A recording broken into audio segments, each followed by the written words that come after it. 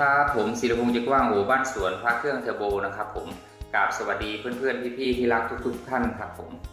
ในเทปนี้ก็จะเป็นเหรียญรุ่นย่อยๆของพ่อแม่ครูบาอาจารย์ในสายอีสานนะครับผมก็จะเป็นเหรียญแล้วก็วัตถุมงคลในรุ่นอุดมพรที่ออกที่วัดท่าแขกนะครับโดยเมตตาของหลวงปู่ชอบฐานสโมนะครับผมก็จะนำเอาเหรียญรุ่นอุดมพรนะฮะซึ่งมีการสร้างแล้วก็พุทธลักษณะคล้ายๆกับเหรียญรุ่นแรกนะครับผมซึ่งพ่อแม่ครูบาอาจารย์หลวงปู่ชอบได้อธิษฐานจิตไว้ในปีพศ2536นะครับผมแล้วก็นำมาให้ทำบุญกันในปีพศ2537นะครับผมก็จะถือว่าได้ว่าเทปชุดนี้ก็จะเป็นการแนะนำเหรียญนะครับผมเป็นเหรียญดีราคาย่อมเยานะครับผมแล้วก็ยังไม่มีเหรียญปลอมปรากฏในท้องตลาดเลยครับผมที่เพื่อนๆพี่ๆเห็นอยู่ในขณะนี้ก็จะเป็นเหรียญหลวงปู่ชอบรุ่นอุดมพรนะครับผมซึ่งสร้างเป็นที่ระลึกให้กับงานทอดกฐินของวัดท่าแขกอำเภอเชียงคานจังหวัดเลยครับผมวัดท่าแขกนี่ก็จะเป็นวัดในอุปถัมภ์ของหลวงปู่ชอบฐานสโมนะครับผมในปัจจุบันนี้ก็ถือได้ว่าเป็นสถานที่ท่องเที่ยวทางพุทธศาสนาแห่งหนึ่งของจังหวัดเลยนะครับผมซึ่งจะมีกุฏิหลังเก่าของพ่อแม่ครูบาอาจารย์ในสายกรรมฐานนะครับผมอย่างเช่นกุฏิเก่าของหลวงปู่ชอบฐานสโมกุฏิเก่าของหลวงปู่หลุยจันทสาโลนะครับผมซึ่งในอดีตท่านเคยมาปฏิบัติธรรมอยู่ณสถานที่แห่งนี้นะครับผมมาจนถึงปัจจุบันก็ได้ตั้งเป็นวัดเป็นพุทธสถานนะครับผม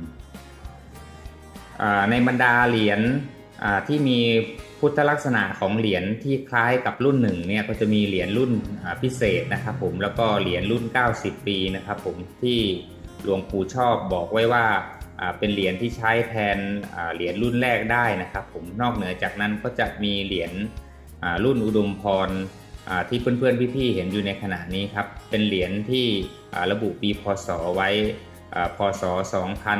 2537นะครับผมแต่ว่าหลวงปู่ชอบได้อธิษฐานไว้ตั้งแต่ปีพศ2536นะครับผมนอกเหนือจากเหรียญนี่ก็จะมีวัตถุมงคลชนิดอื่นๆอีกนะครับผมเช่นพระกิ่งนะครับผมที่วัดท่าแขกนี่ก็มีวัตถุมงคลที่ออกเป็นรูปของหลวงปู่ชอบฐานสโมแล้วก็รูปของพ่อแม่ครูบาอาจารย์ในสายกรรมฐานอื่นๆอีกนะครับผมแต่ว่าที่เป็นพิเศษหน่อยก็จะเป็นรูปลักษณะของหลวงปู่ชอบฐานสโมนะครับผมเพราะว่าเป็นวัดในอุปถัมภ์ของท่านนะครับผมพุทธลักษณะของเหรียญนะฮะอย่างที่กราบเรียนไปนะฮะจะมีพุทธลักษณะคล้ายๆกับเหรียญรุ่นแรกนะครับผมแต่ว่า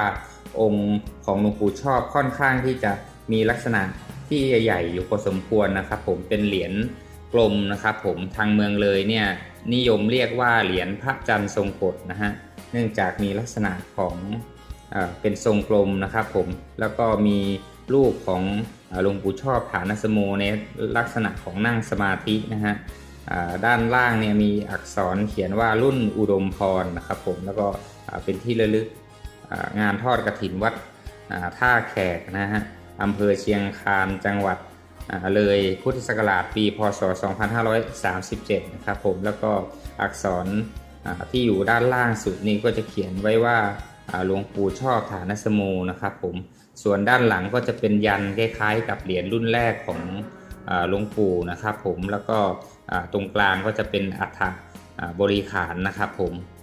ยันแบบนี้เนี่ยนอกเหนือจากหลวงปู่ชอบฐานสโมแล้วก็ยังจะมีหลวงปู่ลีกุศลธรรมโมนะครับผมที่นำเหรียญนี้ไปใช้เป็นยันประจำด้านหลังเหรียญนะครับผมพุทธศาสนาของเหรียญเนี่ยค่อนข้างที่จะสวยงามครับผมอย่างที่กราบเรียนไปคือมีพุทธลักษณะเหรียญคล้ายๆกับเหรียญรุ่นแรกของหลวงปู่ชอบนะครับผมเดี๋ยวเราจะมาคงไม่ต้องชี้ตำหนิกันมากนะครับผมในหลายๆรุ่นที่เป็นเหรียญรุ่นใหม่ที่ยังไม่มีเหรียญปลอมในท้องตลาดเนี่ยผมจะให้ดูพุทธลักษณะโดยรวมของเหรียญนะฮะแล้วก็ธรรมชาติของเหรียญมากกว่าที่จะชี้ตำหนินะฮะเพราะว่าไม่รู้จะชี้ตำหนิไปทำไมครับเพราะว่าของก็ยังไม่มีของเก๊ทำเรียนแบบแต่อย่างใดนะครับผมขออนุญาตติด แว่นขยายกล้องขยายนิดนึงนะครับผมเพื่อที่จะให้มีความชัดเจนในการรับชมภาพในลักษณะของภาพประชิดนะครับผม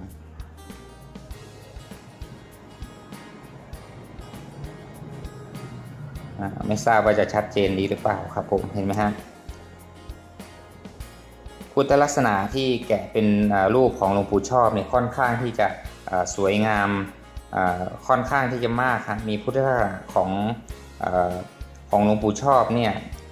เรียกได้ว่าเหมือนมากที่สุดนะครับผม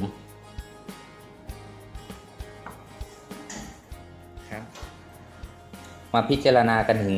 พุทธลักษณะของเหรียญรุ่นอุดมพรนะครับผมจัดได้ว่าเป็นเหรียญรุ่นหนึ่งฮะที่ฝีมือเชิงช่างในการแกะบล็อกพิมพ์เนี่ยค่อนข้างที่จะละเอียดละออฮะแล้วก็มีพุทธลักษณะที่เหมือนกับหลวงปู่มากครับผมช่วงนี้หลวงปู่อายุประมาณ90 กว่าแล้วนะครับผมก็จะเห็นได้ว่าถ้าไปเปรียบเทียบกับเหรียญรุ่นอื่นที่สร้างก่อนหน้านี้ฮะก็จะเห็นได้ว่าหน้าของหลวงปู่เนี่ยค่อนข้างที่จะดูหนุ่มนะครับผมแต่เหรียญรุ่นนี้หลวงปู่อายุ90 กว่าแล้วนะฮะก็จะมีลักษณะที่ค่อนข้างที่จะอาวุโสครับผมจะเห็นได้ว่าริ้วรอยตามหน้าของหลวงปู่แม้องค์ของหลวงปู่จะมีขนาดเล็กนะฮะช่างก็สามารถที่จะแกะถอดแบบรายละเอียดต่างๆรอยเหี่ยวย่นต่างๆไม่ว่าจะเป็นบริเวณหน้าผากรอบดวงตาหรือว่าใต้โหนกแก้มริมฝีปากลงมานะครับผมชายจีวรก็แกะริ้วจีวรได้ค่อนข้างที่จะสวยงามและค่อนข้างที่จะเหมือนหลวงปู่เป็นอันมากครับผมข้างล่างก็จะเขียนว่าเป็นรุ่นอุดมพรนะครับผมหลวงปู่ชอบฐานสโมนะครับผมรอบด้วยลายกระหนกแบบพงจักรนะฮะพุทธลักษณะเหรียญเนี่ยค่อนข้างจะสวยงามครับแล้วก็เหรียญในปัจจุบันนี้มีราคาเช่าหากันอยู่ที่หลักร้อยต้นๆเท่านั้นครับผมถือได้ว่าเป็นของดีราคาถูกนะดูการตัดรอยหยักบริเวณหูเหรียญนะครับผมก็ค่อนข้างจะสวยงามครับแล้วก็รูหูเหรียญมีลักษณะปิ้นตามแรงเจาะของเครื่องนะครับผมพลิกออกมานะครับผมจะไม่เหมือนการถอดแบบพิมพ์ในลักษณะของ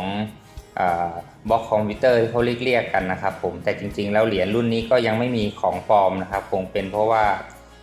เหรียญถูกจัดสร้างมาอายุอานามไม่ค่อยมากครับผมแล้วก็เป็นเหรียญที่เช่าหากันไม่แพงนะครับผมแต่ว่าประสบการณ์ของ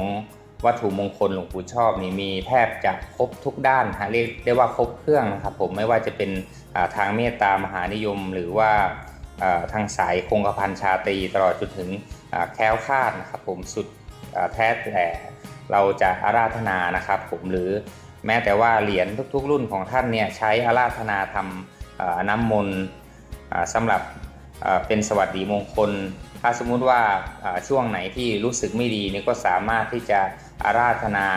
เหรียญหรือวัตถุมงคลอื่นๆของหลวงปู่นี่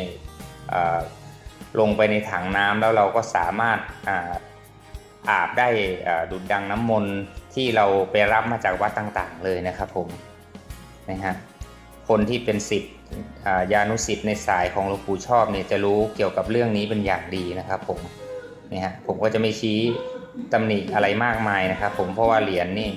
ยังไม่มีของปลอมในท้องตลาดเลยนะครับผมแต่ว่าอนาคตต่อไปก็ไม่แน่นะครับผมเพราะว่าพุทธลักษณะเหรียญแบบนี้นี่เป็นพุทธลักษณะเหรียญ